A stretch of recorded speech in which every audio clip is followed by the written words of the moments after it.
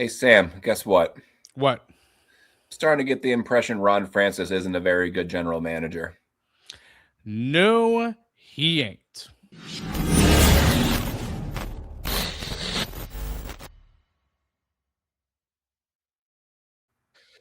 Yeah, as we all know, Andrew, Ron Francis. Obviously, we'll talk about this here very shortly, but yeah, he is not with the team anymore.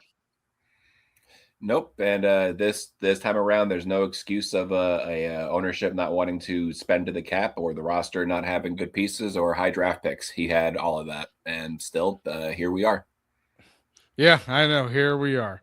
Well, as usual, remember we have a great partnership with SeatGeek. You get $20 off your first purchase if you use promo code KNAC Reports, all one word. It's a great deal if you're trying to save money on tickets. We know playoffs are going to be starting here soon, and I believe tickets are going to be live when it comes to playoff tickets for the Hurricanes. So if you have not done so yet, that's a great opportunity right there if you're trying to save money on tickets. And also, remember, if you are watching us on YouTube, please hit that like button, hit that subscribe button, hit that notification bell so you never miss another episode. And also, if you're listening to us wherever you get your podcast, please leave a rating and a review. It really does help us out. And one thing I do want to say, Andrew, you might not have know this, but the episode for Monday, apparently it didn't come out. That we did Monday. I scheduled it for the wrong day when I realized it, which was Tuesday. I scheduled it right away. It didn't come out. Yeah, no, sorry about that. I didn't realize that myself until Tuesday morning because usually I don't listen to it the next day because I just have a longer work day on Tuesday. But you know what? Accidents happen. We're getting all of our mistakes out now before the playoffs, just like the Hurricanes. Yes, exactly. Think of it like that. I like that comparison, Andrew. So yeah, I just want to say sorry. That is my fault. But let's get to actually talking about stuff around the league, Andrew. A couple things did happen, obviously, in our one liner. We already kind of stated it. But Ron Francis, he is out of the Seattle organization. Obviously, he wasn't. He started as their general manager. He got moved to a different role, and now he's completely out of the organization. So, well, what are your thoughts on that? My thoughts are, man, just because you're a good athlete doesn't mean you're going to be good on either the coaching or the managing side of things. Yep.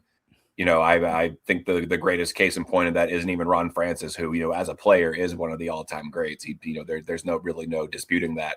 I think Wayne Gretzky would like for all of us to forget his coaching stint because he was awful at it. And if I Wayne was Gretzky, going to bring that up, actually. yep. So if the great one can't necessarily do it, it doesn't. That there's not always a direct pathway to one to the other like there was with say Rod Brindamore, but it's I don't want to kick him while he's down because I don't know the man at all, but just everything we know surrounding um, his handling of the vile human being that was Bill Peters, who was a coach of this team for far too long. Yep. Mm-hmm. And then it's kind of hearsay. It's something that I've heard a lot of the local media guys down there kind of reference, be it Adam Gold, be it Ovius and Giglio, people who are in the know but maybe don't want to say anything so point blank. I think Ron Francis is a major factor in Rod Brindamore not being in the Hall of Fame. Yeah, that's from what I'm hearing too. I hear from the same guys that you say with Adam Gold and Ovius and Giglio, but I will admit, my opinion on him is probably a little bit sour, but I am not going to deny the impact he's had as a player because he was one of the best passers in the whole NHL. Yeah, definitely. The numbers don't lie. A cynical person might be quick to point out, which here I go being that cynical person, Mm-hmm. that he was a part of some of those really dominant Penguins teams that had guys like Lemieux, Yager. So, Yep, they did. That certainly helps with the assist totals. You can ask Sebastian Aho, not to throw shade at Jarvis, but like Jarvis, who's had, maybe a little bit of a snake bitten season, how many more points Aho would have if, say, that was a Yager finishing the setups that he's giving. So, you can't take away from the career even with that, but just again, the handling of the Bill Peters thing, like that was absolutely disgusting no matter how you slice it. And if there's even a little bit of truth to him just being salty about how, maybe they just didn't get along, maybe he, didn't take well to the fact that, he came to Carolina thinking he was going to be, the poster of the franchise, and then Mm-hmm. Rod Brindamore comes along and, very clearly becomes that guy even during Francis's tenure here. There's just a lot of sourness between the organization and Ron Francis that, I don't want to say anything about the man because again, I don't know him, but the fact that somebody so associated with like the early success of this franchise, and I think anyone who's been a fan of this team pre we'll call it pre Dark Ages. So this might not register with some of the newer Canes fans, but if you've been, kind of a day one person, it's crazy that we're at this point where we're talking about him like that because it's all his doing. Yeah. And to me, I feel like we kind of got that opinion, or at least started to have that opinion a little bit when it was his last season as general manager with us. Because if you remember, his last season was the start of Tom Dundon taking over the team. And at the trade deadline, like we were all thinking he was going to make that big move. He never did. Yeah, he played GM in real life the way that I play it in the video game, where you just like to get draft picks and basically throw darts and see what happens. But you can't take a perennial basement dweller and fix them like that. It just, I mean, not too often anyway. I mean, look at what the Oilers were doing before He they swept drafted Golden State. Aho, but that was Yeah, it. yeah. Which I mean, for a second round, that is impressive. I was actually talking about this with my buddy who's a big Bruins fan about how that was the year that the Bruins had 3 first-round Yep, picks, I remember and that. Pretty yeah, much all and failed. yeah, every single one of them. It's crazy. And for a team that, we've talked about this a few times, the Bruins have a knack for finding Bruins. They're very much like the Hurricanes in that regard, where they'll Mhm. bring in players who might not be, marquee names, but it's like, oh, wow, this management group knows what they're doing. Eric Robinson was born to be a Hurricane type Yep. players. The Bruins do the same thing. That's why they're still somehow not dead after, that whole core group was almost entirely gone. But I again, I don't know a whole lot about the man himself, so I wish him best of luck in his next venture. But as a Hurricanes fan, I can't help but not take joy in it, but kind of shrug my shoulders and be like, "Well, yeah, Seattle, I could have told you that." Yeah. And it's interesting because, like, obviously, I mean, went to Seattle. He was able to acquire a few free agents that have done pretty well with Chandler Stevenson and a couple other players that I'm kind of forgetting. But he did pretty well. Brandon Montour was the other. Mhm. But I mean, he did good with getting those players. It's just under Ron Francis, you kind of see the same dilemma there as you kind of saw when he had the Hurricanes. In fact, there's no star players. He was just not able to build star players. And I think Seattle's kind of suffering for that. And to be honest, I think if you look at all the teams that deserve maybe a Gavin McKenna, Seattle's up there. Yeah, and could put our tin foil hats on about whether or not the draft lottery is rigged or not. But I'm sure I don't think it's rigged, but I don't think it's rigged either. I don't think there's any, and I don't mean this as any offense to the good people of Edmonton. I don't think Connor McDavid goes to Edmonton if it's rigged. I think they put him in a major American market because that's just how Gary Bettman yes. runs it. Oh yeah. So there's if we have any Canadian listeners, me acknowledging that Gary Bettman favors the states, they're doing backflips right now, but yeah. Seattle, man, I think it's worth, if we're going to be fair to Ron Francis, I think it's worth noting that him doing the second expansion draft. So with how things went for Vegas and how I think a lot of teams regretted how they handled it because, Vegas was able to actually, not only pick some Yeah. good players, but were able to make trades to put themselves in a position where they just for the first time in their existence, they have a borderline mediocre team this Mhm. year. Ron Francis had to come into it with a different. It was just a different. It was just a different vibe around it. I think GMs Well, were team trying to. Scott Snyder. Yeah, exactly. So there is that to think about, but I mean, brand new team ownership was definitely willing to spend money. This wasn't him being bogged down by Oh yeah. Carmanos trying to nickel and dime thing, because this was, they wanted to be good and be good early, and objectively he failed. There's no other way to say it. Yeah. And I mean, I don't know if you watch a lot of movies, Andrew, but I mean Jerry Bruckheimer, he's the part owner of the Seattle Kraken. He's one for making the Pirates of the Caribbean movies, if you know them. Oh, okay. Yeah. Yeah. So I mean, that whole, between the cool color scheme, the mascot that seemed to really be a hit with kids, like this is the entertainment business. That's Oh, it at, is. at the end of the day, push comes to shove. That's what this is. You want an entertaining product. You want to, even if your team loses, you want to at least leave saying, "Hey, I watched my guys put up a fight." So for them to have had the pretty good start to their existence that they had, and then for it to just absolutely fall apart down to their handling of Shane Wright, not being able to pick up any significant pieces outside of no disrespect to Brandon Montour, but I mean kind of at the tail end of a really good career, but Yep. maybe not tail end of his prime, not something that you're going to establish your franchise with.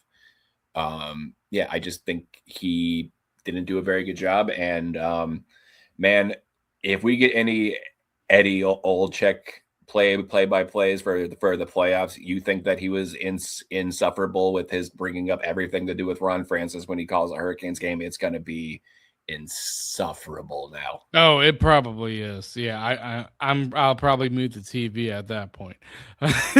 Yeah, no, there was and I like Eddie Olczyk, and I respect that he's being loyal to his friend. But there was one game a few years ago where I think it was like Aho maybe did like it was like a cross check or something that happens Mhm. every game, and you would think that he was on tape taking out this dude's whole family the way that Olczyk was talking, like just insane stuff, and that all just comes from the fact that you know he and Ron Francis are buddies, and I'm sure he's heard, the negative spin on things about how, Oh yeah. Dundon's this and that, Waddell's this and that, Brendan Moore's this and that. And I hope we don't have to deal with that in the playoffs, man, because dealing with the very blatantly biased panels is though I think it is part of the fun of being a Canes fan, getting to, kind of stick our nose up at all the, people who know better. When it's the guy doing play by play, it's brutal. Oh, it definitely is. Well, Andrew, the next piece of news, because that was a long topic on Francis, just because of the relationship there, obviously, with the Hurricanes, Mm-hmm. is the Devils have parted ways with Tom Fitzgerald as their general manager. I This does not come as a surprise to me at all, Andrew. This is a team that has lots of good talent with, we know, Jack Hughes, Timo Meyer, Jesper Bratz, Nico Hischier. And I would argue their defense has probably gotten better, even though it's probably not this level that they would like it to be at. But I mean, we'll see what New Jersey does with their filling that vacancy. Yeah, this unlike with Ron Francis, where you look at it and say, this was kind of an abject failure all around. Fitzgerald has the Devils in a position where they could be very good as soon as next year. Yes. That team has had awful luck when it comes to health. And I think when Fitzgerald wasn't able to unite the Hughes brothers, which, was obviously for understandable reasons, every New Jersey Devils fan's dream. Oh yeah. I think it was just a matter of time. I think it was just a matter of I think he's probably known this was his fate before this happened, just based on how everything's gone there. Super underachieving team as far as talent goes. I think maybe two of the last 3 seasons, I probably wouldn't have been shocked at the beginning of the year if the Devils won the Metro. And other than that, feel good story about them beating the Rangers in the playoffs. It's just been getting bounced early, usually by the Canes, which has been fun. But I think he's going to land on his feet probably quicker than Francis does. Yes, definitely. I thought he's built a pretty good team. So that's kind of it for stuff around the league. Andrew, let's get to talking about the Hurricanes. As we know, obviously, we will be recapping the one and only Boston game. Remember, Chicago game, even though it's already been out by the time of this recording, you'll get that in the next episode. But Hurricanes have clinched the Metro Division title, Andrew. Very happy for this team. And you know what? Them clinching the Eastern Conference isn't really outside of the realm of possibility for this team. I just don't know if they care much about getting that more than because you do worry about the health of your team heading into the playoffs. Right. And I mean, luckily, aside from Philly, if my memory of the schedule is right, they're not exactly going against super high end talent, but it is a road trip. I honestly hope the guys use the time on the road as like maybe team bonding is not the right word, because if you guys haven't bonded yet, then I don't know how to help you. But it seems I like know. a tight knit group. I hope that they're going out. I hope that they're enjoying themselves. Have some fun, but before you guys got to really dial in. I think that they've earned it. But as far as the Eastern Conference goes, if off the top of my head, I'm not looking at the standings, but I'm pretty sure that they have a 4-point lead with 4 games to go. So realistically, you go 500 and you probably have it. Yes, you do. Now, Buffalo did play last night, I believe, against the Rangers. They did win. I mean, you look at that matchup. I mean, yeah, Buffalo's probably going to win it. Mm-hmm. But I mean, Carolina, they're still at the top. But I mean, I know we talked a little bit about this before, but I just don't think I kind of changed my mindset. I just don't think that should be the goal of this team. Even though you like the home ice advantage, you just want to be healthy. Yeah, I would take risking Buffalo having home ice advantage in the Eastern Conference Finals. Say they make it there, say the Canes make it there, over anybody getting hurt. Which, that being said, Jarby, I need you to not be going full speed the rest of Yeah, yeah. the Please, season. please don't. You're killing me, dude. You're taking years off my life every time you go flying into the boards or into the goalpost. Oh yeah, I'll, I'll appreciate that come playoff time, but I think if it's any of not these worth guys, it now. no, it's not. It's not worth it for any of them. Let the defender get the puck and then get it back from them. You don't need to be taking a hit to make a play right now. The only risk there, though, is that if there's one thing you would like to see happen, is for the goaltending to continue to get more comfortable. Because right now, Yes. I do not envy Rod Brindamore having to make that choice. Because for a while it was looking clear in a way that it was Freddie. Now I'm honestly am back on Bussy should be the game one starter. It's Yeah, I am too. But it's yeah, so like hard. There's no clear winner though. There really isn't. no, and I fully expect, or I kind of demand it of them, that come playoff time when everyone's dialed in, everyone's super focused, that a lot of these defensive lapses we've been seeing, I have faith that those are going to go away. Oh This is yeah. there's too many veterans on this team outside of Nikishin who you're going to see his minutes probably get cut a good bit. I think you're going to see him on the power play, but I Hmm. think he's almost going to have to re-earn some trust at this level. And then that's not a knock on him. That's again just being a rookie and knowing how Rod's going to do this, but um I think it's all in the defense. I think both goalies are fully capable. They might give up that one bad goal, so the forwards have to actually step up and score more than 2 goals a game. Which, to me, in my opinion, that's been the issue this entire time. Not just this year's team, but this entire tenure. With the exception of the Delkovich season, I don't think goaltending has ever been the thing that has sunk the Hurricanes in the Rod Brindamore era. Well, the elimination against the Rangers in what was it, Game 6? Yeah. Well, that's one game, and yes, that was a equal parts brutal period for Frederick Anderson and Chris Kreider. I mean, he doesn't have any cups, if I'm not mistaken. No. So, but still, I think a borderline Hall of Fame player, Chris Kreider, He and might. that third period is going to be something that's shown on the montage if he does make it. That was equal parts bad by Freddie. In particular, it was the one goal where he didn't seal the post. That's the one in particular where it's like that can't happen.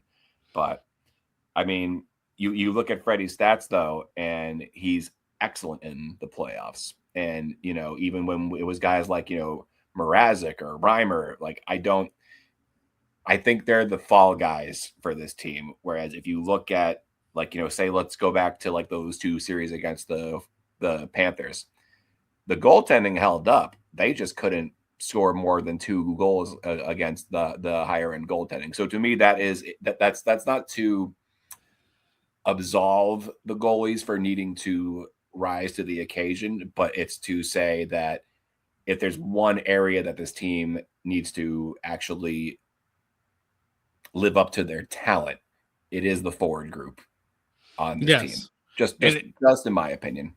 Yeah, and interestingly enough, like I mean, you look at the goals, you go to the standings, rank all the teams by goals for. Carolina is like in the top 3 at moments. So but we've had multiple career years with so many players. I mean, Taylor Hall, Svechnikov has been a great story with him kind of showing his potential. It's nice seeing. Obviously, you probably want a little bit more offense out of Aho, but regardless, I mean, you're getting contribution from everywhere, and the addition of Ehlers, man, oh my gosh. Yeah, no, it makes you wonder about Ehlers because he's a guy who was linked to this team for a long time. He was. So, I mean, not to throw shade at Jake Getzel, who I still wish that they had kept. I wonder if they go out and get him 2 years ago and make him part of this core. Do they get over the hump? Because I mean, playoffs are obviously a different animal. They are. We'll have to see how he performs there because he is a more finesse player. But he's a finesse player getting to play with Jordan Staal and Jordan Martinhook, and none of us predicted this to start the season. If you tell me you did, I'm going to call you a liar. That line works. That line works so good. It's crazy. So now you have 3, really 4 lines, because even with I think that 4th line has gelled really nicely too, and they're going to be just an absolute momentum starter. So I think offensively, there's a lot to be excited about with this team. And even Aho, like I think he'd be the first to admit this has been more or less kind of a down year for him. And yet, if I remember correctly, he's on pace to set his career high in assists. And if his line mates weren't going through just such snake bitten stretches of basically going goalpost hunting, he probably breaks that by a good bit this year. So I think there's a lot of things going right for this team right now. I think it's tricky as fans because you kind of overread into everything this time of year. Although this was a bad game for the D, this is going to happen in the playoffs, when in reality, no. I think getting up for these games, at least at puck drop, is hard. And that's why I think these next 4 games, I think you're going to see the Canes give up early goals. And I think you're going to see them put it together as the game goes on. Because do you blame them for not really caring right now? Their minds are 2 weeks from now. And I don't think there's any level of coaching that's going to fix that. Oh, yeah. I mean, I completely agree with that. But they did bring up Skylar Brenda-Moore, Bradley Nadeau, Josiah Slavin, Legault. Obviously, we'll be seeing those players play, Andrew, because this is going to be the start of them resting Aho. I think Aho's already going to be resting tonight for the Chicago game. But, I mean, it gives them a chance, gives the prospects a bit of a chance to kind of show what they can do, obviously. But I do think all eyes, if he is playing, it's going to be on Bradley Nadeau, because I'm telling you, if there's an injury coming up in the playoffs, he's going to be one of the first ones, I think, that's going, especially if it's an injury to one of our skill guys. Yeah, I think the way it's going to go is if it's a center, you're going to see KK come in. If it's a winger, in the top 6, you're going to see Nadeau come in. If it's bottom 6, you might see Deslauriers. Deslauriers. which I mean, kudos to him for that game against Boston. He was ready to rip Zadorov's head off. Oh, he was. So having that nuclear option is important because there's very few people in the league that I think Zadorov's not really afraid of, and Delorier has that reputation where I don't care how tall you are, you're going down, buddy. Yes, But you are. yeah, Nadeau is going to be interesting to see. I'm excited for Charles Alexis Legault. Just such bad luck the way he got injured, man. And that's all that it was, and it ended up costing him 3 months. And Nystrom did an excellent job filling in, but I thought they were kind of neck and neck with who was going to establish themselves as the seventh or eighth D man. So be curious to see what he does, but it's good for these guys to kind of get some reps with the rest of the team. And you know what? Not for nothing. Even though I don't think we're ever going to see him in a Hurricanes uniform full time, cool moment for the Brindamore family, and hopefully he gets to watch his son score another goal. Yeah, definitely. It is pretty cool. You also have Josiah Slavin, who also is the brother of Mm-hmm. Jacob Slavin, so you get to see how he does too. And the last thing we'll talk about, Andrew, then we'll get to recapping the thrilling Boston game. Taylor Hall is nominated for the Masterson Trophy. And Andrew, I can't think of another player other than, I mean, I know last year I think it was Jordan Stahl, which was Mm-hmm. good for him, but I think Taylor Hall, like, I don't think we expected him to get this, this, how can I say this? I don't think we expected him to contribute this much. No, and especially not on a second line. I think that was one of the major talking points we had in, like, say, the middle third of the season about how yeah, Taylor Hall can play on the second line for a little bit, but eventually he's got to go back down to the fourth. Which, I mean, push comes to shove in the playoffs, that might eventually be what needs to happen. But Mm-hmm. just it's been so impressive how he's been able to find a role in Carolina, because granted, I do think a lot of the things you hear the talking heads on the national stage say about how, offensive players can't really thrive here. I think Nick Ehlers has disproven that because he's having the best Yes. season of his career. But, Taylor Hall is a guy who, there's he's interesting because there's a hype around him, but there's also kind of a stain about him in that, he has a Hart Trophy, but I think a lot of people say he's the worst person to win the Hart.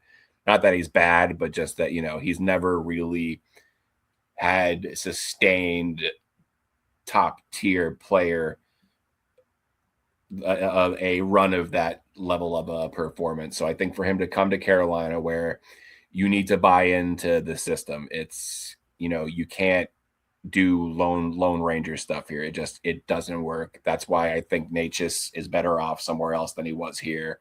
That's not a knock on either the coach or the player. Sometimes things just could be better elsewhere. Oh, yeah. But to have the perseverance to adapt to the new situation and to just take two young players under his wing the way that he has, I think that it says a lot about the character of the man, that he's been able to do all of that. So yes, very deserving. Oh yeah, it is, and it makes you wonder when he got nominated for that trophy. It makes you wonder how much of, if there was, how much of a mentorship he took on with the likes of putting Blake and Stankoven under his wings and all. Because it seems like it seems like he might be a bit of a leader in that locker room. Yeah, definitely I one of would the say, veteran guys. Yeah, yeah. definitely. I think you can tell when these guys, obviously when there's a goal that gets scored, everyone's happy. It could be five guys on the ice who can't stand each other and don't say a word to each Oh other when yeah. it's done. It's still going to be hugs. You can tell a lot about the character of that line. How I think maybe more than any line on the team, even Stahl and Martin Hook, which not a knock on them for what I'm about to say. If there's a line where if something happens and they're going to be and all three guys are going to be running in to do something, it's that line. I Oh mean, yeah.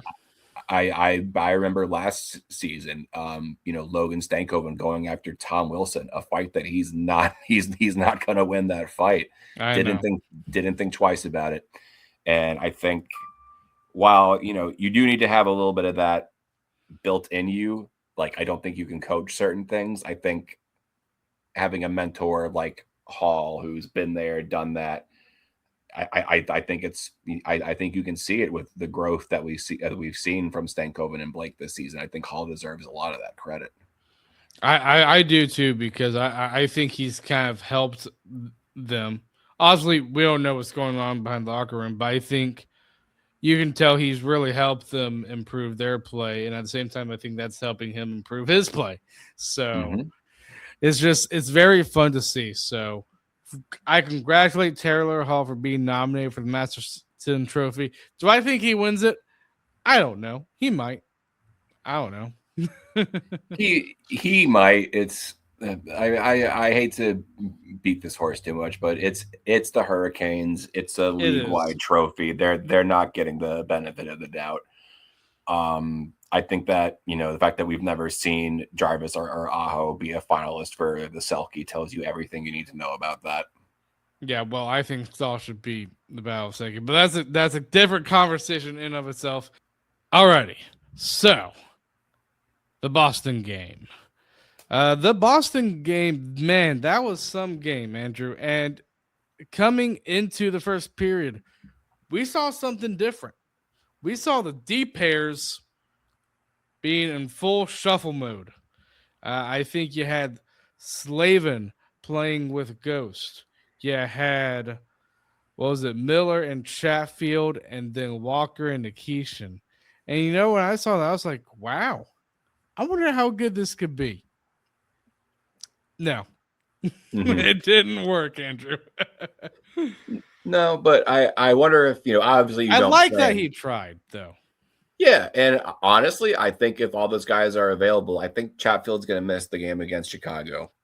But which I mean, hopefully he's okay. That's a huge Yes. loss. Which I mean, little aside bar about Chatfield. The Kane's Twitter, being the sometimes very toxic place that it is, I think that the read some of y'all have on Chatfield couldn't be more wrong. I think a lot of y'all gotta lay off the guy. He's not Jacob Slavin, but he's a heart and soul player of this team, and I'll leave that at that.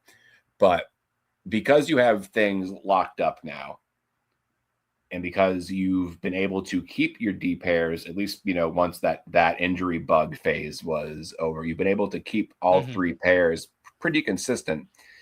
While that is a good thing, it does open the door for come playoffs when inevitably you have a guy miss a game because contrary to what you would think based on the names forwards and D men, a lot of times it's the defensemen who are taking more of the beating because they're the ones going back for pucks and then getting railed on the forecheck. But maybe the thought there is, all right, I know these pairs work. Let me get these guys more familiar with each other. So in that game where inevitably someone needs to rest for a game or whatever, they have some familiarity with each other. I'm guessing that's what the thought process was there. Yeah, and listen, I'd rather them try something and it failed than them not trying at all. So I commend Brennan for doing that, but you can tell that. I Mm-hmm. mean, it didn't really work out, but I mean, I did like the idea of putting Ghost with Slavin, just because in past seasons before, you've always had the offensive defenseman playing with Slavin. But and I'm not gonna say that he can't go back to that pair anymore, but it just did not work for that Boston game. No, but if there is a D pair from that game, I would like to see him maybe give the rest of the season to run. It is that one because if I remember right, I Yep. think we both agreed during our preseason breakdown that that's probably going to be the top pair. Now, kudos to Ghost, absolutely stepped up on the defensive side of things, and it's allowed Nikishin to have this, really productive, really, it's been cool getting to watch him learn the league and he's been able to do that because he's been covered by Ghost, which isn't Mm-hmm. how I think any of us thought that was going to go. I remember looking at that deep pair on paper and being like, that's going to be a disaster. It's going to Yeah. score. It's going to score 2 goals a game, and it's going to give up 5. But Ghost, to his credit, man, he has stepped up, and I do think it is worth him getting some runs with Slavin because, say, again, the future couldn't be brighter for Nikishin, but let's say that come playoff time, he just shows that he's just not quite there yet. So you do need to not hide him per se, but deploy him more strategically. You can't afford for that to hinder how often you have Ghost on the ice. So you give him and Slavin this run of making sure that they're more comfortable with each other, which they've played together before, I think, and if not, practice and all that kind of stuff. So you give them the rest of the season, just get a little bit of that comfort, and then maybe the last game of the year you put things back to how they were, just to make sure that everybody's on the same page. But that pair in particular, I think it's worth using the remaining time that you have to make sure that pairing is going to work, because I think there's a decent chance you might see it. Yeah, I wouldn't be surprised. But like we said, I said before in this game, it just didn't work. Yeah, I mean, you had former Hurricane Elias Lindholm starting the scoring, and to me, that's a goal I think Bussy really needs to have. I thought that was a bad goal to give up, to be honest. But granted, I mean, in that first period, Andrew, our defense was probably the worst, probably all season to up to that point. That was the worst right there. Yep, you mix, the new pairings we were just talking about, mixed with what I was saying before, in that I don't expect this team to have a whole lot of jump off the start of the game, just because you can kind of grow into having that momentum, that fight, that, for lack of a better term, care as the game goes on, as things happen. But if it's a game you don't need to win, if it's a game you just kind of want to get through and be healthy, you're not going to have that same pop as soon as the opening faceoff happens. You're just not. So I think we saw that there. And then Lindholm, yes, there was traffic in front. Yes, it was a good shot. I don't think I've seen Bussy that small on a goal all year. And you could tell by his reaction. Usually he's pretty good about, he has this little moment where he puts his head down, and I'm guessing he's replaying the goal. But that one, you could tell he was down for a minute because he knew, like, that was bad. Yeah, it was bad. But, I mean, Carolina, they show that they can score in numerous ways, because you had Svechnikov scoring from a lucky bounce as he was trying to do a little bit of a wraparound. Boy, I butchered that. And the puck goes off of one of the Boston defenders' skate, I believe, and ends. So you get the goals. That was a messy goal for sure, but sometimes you need those messy goals, and especially hit the 30 goal mark for this season. Yeah, Svech. It seems like the stars are all starting to align for him. He had a great playoff last year, and along with Ehlers, slow, really concerning start to this season. But since then has been, maybe other than Ehlers, maybe the most consistent forward on this team. And I congrats on hitting 30 goals is all I can think to say about that one. I think that was such a Hurricanes-y goal of just put it towards the net and eventually it's going to go in. Yep, definitely. He gets an assist from Nikishin and Walker. And then right off the faceoff almost, I mean, Jordan Stahl wins the faceoff. Keandre Miller, however you want to say his name, he scores from a great shot. 2-1 Carolina, and then Boston ties it up by the end of the period with Geeky scoring. And to me, that's a goal where I do not blame Bussy on, Andrew. That is on our defense entirely. I don't know what our defense was doing by letting Geeky be right there, right next to Bussy all alone. Yeah, blown assignment by Ghost, if I remember correctly, just, leaves. Kudos to him, who's become one of the better goal scorers in the league. Granted, he was on a drought, but I think as much as I can't put that on Bussy, I think the 2 goals that Geeky did score in this game both came off of Pasternak, showing you why he's one of the top 10 players in the league. just elite passing in the fact that not only was it just perfectly on Geeky's tape, it was like kind of deceptive how it got to him because there wasn't any big motion. It was almost like he was still going to wrap around and go towards the blue line, and all of a sudden the puck's just screaming towards Geeky. So, credit to where it's due. But yeah, you can't blame a goalie when there's a one-timer in the slot like that. You just can't. You're just hoping that it hits you. There's no humanly possible way to react to that. Yeah. The second Geeky goal, I mean, I don't blame that on Bussy either. Rod Mm-hmm. did challenge Mm-hmm. for that goal. I think it was worth it. I do like that it was eventually called the goal only because you got to protect the goalies. Yeah, the goalie has to be able to, I could play his see it going position. either way, to be honest, in a situation like that. Right, and that's why Rod, knowing he has the penalty kill that he does, Mm-hmm. to challenge it because at this Yeah. point, who knows what goaltender interference was? I wasn't going to be surprised if it went either way. I was glad that it went, just as obviously not as a Canes fan, but as a fan of hockey. I was like, The puck was going you to got go in anyways. the puck was going to go in anyways, and it's kind of funny that Bussy taking a slight shot to the head happened twice in this game, and in one instance it led to a penalty, in the other instance it led to a goal still being allowed. So Yeah, I there's didn't just like the officiating. no, no, and I mean, Bussy, I'm going to call you out that penalty for goaltender interference. Granted, smart play.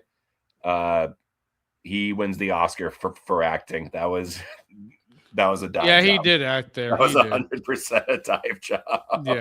Yeah. Yeah, he acted. Yeah, But regardless, though, I mean, you had before that geeky goal. I mean, you had 3 Hurricane goals. Stankoven, which was on the power play, great goal from him. Carrier scores, which that's a goal. I think. Again, both goalies. I think you and I both know were not good. Uh, no. except Corpusalo was the only good goalie that game. It seemed Oh, like. stole Boston a point. No other way to say it. Stole them a point, and I mean that's what you want your backup goalie to be able to do, to come in cold like that and do that, because it's not like the Canes weren't generating chances when they made the goalie change. He made a handful of grade A saves. So Oh, he you know did. tip of the cap to him. That's not an easy thing to do, to come in cold like that late in a game. But I do think it is significant that a team that, there's a decent chance that might be who you face in the first round, Exactly. that you chased their goalie out in a period and a half. I think that's a statement, and I think it's a statement that Rod felt comfortable sticking with his guy, and Strum didn't. Yeah, exactly. But I mean, Hall, I believe he got the next goal. Obviously, they pulled Swayman after that. Corpusalo comes in. And honestly, like, if you look at this game period by period, like, I think the second period was the best period the Hurricanes had. I thought they were just flat out dominant. Third period, boy, they could not handle the puck, even though they had chances. They had trouble Yeah. handling the puck. Yeah, they were fighting the puck. In particular, I think that top line was just off a little bit. Yes, Fetch got the goal, but Mm-hmm. there's games where it just feels like a guy is like an inch away from having a good game, like consistently just a touch off. All three of those guys were just a touch off. Aho in particular, I think, which is Oh, why yeah. I think that he had the resolve to do what he did in overtime that much more impressive. It was impressive. What a great pass from Aho in that overtime to Slavin for his first NHL goal. Great first NHL goal for Slavin there in overtime. But I will admit, when it came to Aho, man, he did not do good. I thought the entire game just No. didn't. But he came out, he showed that, I'm one of the best guys on this team. Even though I haven't played well this game, I'm going to show that I am one of their best guys, and that was an elite pass. Yeah, and honestly, that's maybe the hardest thing to do as an athlete. I think anyone who's played a sport at even at a high school competitive level, it's when the start of the game doesn't go right, and it's hard not to think about things you could have done in practice. Just the what ifs, the woe is me's. The good players will be able to forget all of that in the moment and turn the page and rise to the occasion. And granted, 3-on-3, there's more space, but just an elite on the money pass, and you could tell by Slavin's reaction. He was just happy, but Oh yeah, all he could do was just put his hands up and look at Aho and just smile because Aho, again, not to take away from Slavin, I think we all know in our opinion, he's the best defenseman in the league from a defensive standpoint anyway. Uh, Absolute layup goal for I Slavin. know it really was great. Another thing too, we did have a scary incident with Jarvis. We thought he might not come back in the third, but I mean, Zadorov, he's a very big dude, laid a Mm-hmm. huge hit on him. Now here's the thing: I was at the game, so I got really emotional after You after that texted hit. me. Yeah, I know, I did. I literally said, "Man, I hate Boston." But it's different when you're at the game physically than watching the game on TV. It really, really is. But I 1000%. mean, looking back on that hit, I think it was a little bit more unfortunate, but still, I think just a little bit dirty, just a little bit. It was a little dirty in that I think Jarvis put himself in a tough spot by trying to initiate contact a little bit early, and then Zadorov having time to. I mean, granted, it's full speed. You don't know what's going through these guys' head. I don't think Zadorov's a dirty player, but he's definitely a guy who plays on the edge. And I respect that for what it's worth. But I think that you could make the argument that once Jarvis is very clearly almost parallel with the ice, maybe you lay off the hit a little bit this time of year. But again, this is a team that the Bruins are looking at the same way we're looking at them. This might be who we're playing in the playoffs. And if I have a chance to, not intentionally injure or maim a guy, but to, knock the wind out of him, which seems was like what happened with Jarvis, then you can't really blame him too much. That being said, um, I think Sidorov should have answered the bell with the He with the should with have. the Oh, Laurier. he he was a pansy. I'm just gonna say that. Yeah, and I don't think he is one because his career reputation says otherwise. And I guess this is where the argument of like, I don't think guys should have to fight every time they lay a big clean hit, but there is also the understanding of you need to be careful with who you decide to hit. And Jarvis Yep. is one of those Hmm. guys who, granted, tough as nails, like tough SOB. The fact that that guy's Oh yeah. shoulder is going to be permanently just done when he's done playing this game. Um, I yeah. wanted Delorier Zadorov fight so much though, and Delorier was wanting to go at it with him. He really Mhm. was. Yeah. Here's something I think fans need to realize when it comes to Delorier or really any fighter about how when you say, "Oh, I want so and so to fight so and so," you can't fight a guy if you're not on the ice. And the Laurier, granted, I do think as he's gotten some more ice time, I'm starting to look at him like, oh, this might be a good, impactful player for the playoffs because he was throwing some hits, and you love to see that. But Yep. Hmm. if you're only on the ice for 5, 6, 7 minutes a game, and the opposing coach knows that okay, my second or third best defenseman has this, lunatic after him, you can try to avoid that a little bit. And I'm guessing that's what Yes, you happened can. there Yeah. because I don't think Zadorov is going to chicken out from that fight. I just don't. Having watched him play for a long time, I don't know if fans are the right word, but he's a guy that like I would love to see on the Canes if he was just a little bit faster. But not a softie by any means. No, definitely not. Well, Andrew, that was the last home game of the season. A very emotional win, obviously, with Slavin getting Mhm. the overtime winner. We have 4 games remaining to the playoffs. 4 Mhm. games. So we will see you guys next time.